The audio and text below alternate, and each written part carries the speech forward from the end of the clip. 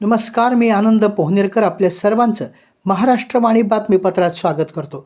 पाहूया आजच्या विशेष घडामोडी. महाराष्ट्र शासनाच्या लाडकी बहीण या महत्त्वाकांक्षी योजनेचा लाभ महापालिका निवडणुकीनंतरच वितरित करण्यात यावा अशी ठाम मागणी महाराष्ट्र प्रदेश काँग्रेस कमिटीने राज्य निवडणूक आयोगाकडे केली आहे. या संदर्भात महाराष्ट्र प्रदेश काँग्रेसचे सरचिटणीस ॲडव्होकेट संदेश कोंडविलकर यांनी राज्य निवडणूक आयोगाला अधिकृत पत्र पाठवले आहे.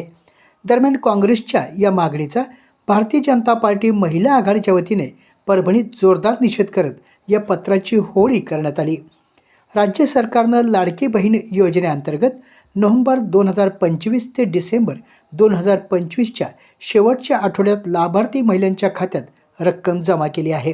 मात्र राज्यातील महापालिका निवडणुकीच्या मतदानाच्या आदल्या दिवशी डिसेंबर 2025 आणि जानेवारी 2026 या 2 महिन्यामध्ये प्रत्येकी 3,000 रुपये एक रकमी देण्याचा निर्णय सरकारने घेतला आहे.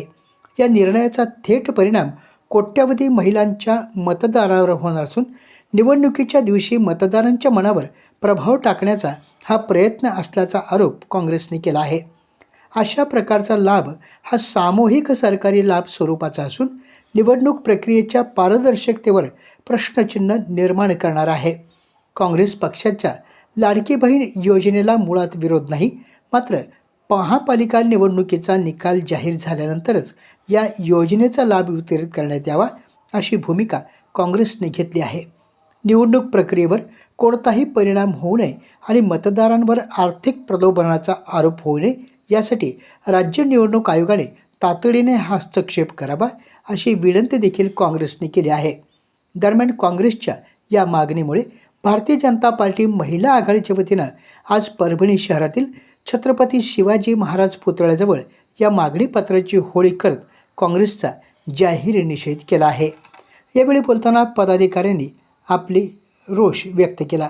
त्या म्हणाल्या, त्यावर काँग्रेस पक्षाने आक्षेप घेतलेला आहे. या माहितीचं आम्ही इथे आज आक्षेप हा जाहीर निषेध यासाठी महिला मोर्चाकडनं मोर्चा इथे आणलेला आहे. आज एक लाडकी बहीण या योजनेमधून प्रत्येक महिलेच्या आनंदाचं कारण लाडकी बहीण योजना व प्रत्येक महिलेला 1,500 रुपये हप्ता हा जो बदली पडतो त्यातून कुठेतरी महिलेचा उदरनिर्वाह योग्य प्रमाणात होतो आणि हे कुठेतरी काँग्रेस पक्षाला एक आक्षेप म्हणजे त्यांच्या म्हणण्यामध्ये हे आहे की लाडकी बहीण योजना ही बंद करण्यात यावी. पण लाडकी बहीण योजना बंद केली तर प्रत्येक बहिणीच्या चेहऱ्यावरचं हसू कुठेतरी निर्वाळलं जाईल. हे असा त्यांचं जे हे वक्तव्य आहे यासाठी आम्ही जाहीर निषेध काँग्रेस पक्षाचा निषेध करत आहोत.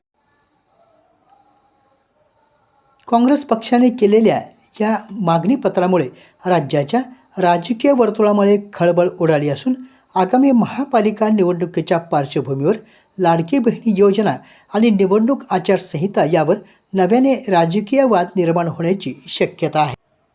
परभणी शहर महापालिका सार्वत्रिक निवडणूक 2025-26च्या अनुषंगानं भरारी पथके नेमण्यात आली आहेत. दिनांक 11 जानेवारी रोजी मध्यरात्री भरारी पथक क्रमांक 1 यांना सहाय्यक पोलीस निरीक्षक कासळे यांनी गंगाखेड नाका परिसरामध्ये नाकाबंदी दरम्यान एका मोटर स्कूटी स्वाराकडे 5,60,000 रुपये रोख रक्कम आढळून आल्याने आणि त्या रकमेबाबत कोणतेही कागदपत्र दस्तऐवज नसल्याने पुढील कार्यवाही करण्यासाठी कळवले आहे. त्यानंतर आचारसंहिता विभागाच्या भरारी पथक क्रमांक 1 या पथकाने घटनास्थळी जाऊन पंचनामा केला. पंचनाम्यात पांढऱ्या रंगाची ॲक्टिवा वाहन क्रमांक MHAL 2138 या गाडीच्या डिक्कीमध्ये 5,60,000 रुपये आढळून आल्याने वाहनधारका व्यतिरिक्त कोणताही समाधानकारक खुलासा हा न केल्यामुळे सदरची रक्कम भरारी पथकाने जप्त केली आहे. परभणी शहर महापालिका निवडणुकीसाठी दिनांक 11 जानेवारी ते 14 जानेवारी या काळामध्ये टपाली मतदान प्रक्रिया पूर्ण करण्यात येणार आहे. आज दिनांक 11 जानेवारी रोजी सकाळी 10:30 ते संध्याकाळी 5 या वेळेमध्ये 83 मतदारांनी टपाली मतदानाचा आपला हक्क बजावला आहे.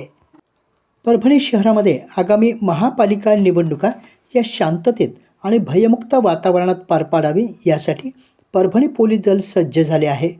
निवडणूक पार्श्वभूमीवर दिनांक 10 जानेवारी 2026 रोजी शहरामध्ये रूट मार्च आयोजित करण्यात आला होता. या रूट मार्चचं नेतृत्व पोलीस अधीक्षक रवींद्रसिंह परदेशी आणि अप्पर पोलीस अधीक्षक सूरज गुंजाळ यांनी केलं. परभणी शहरात आगामी महापालिका निवडणुका या शांततेत घेण्याच्या अनुषंगानं पोलीस दलानं उपाययोजना राबविण्यात येत आहेत.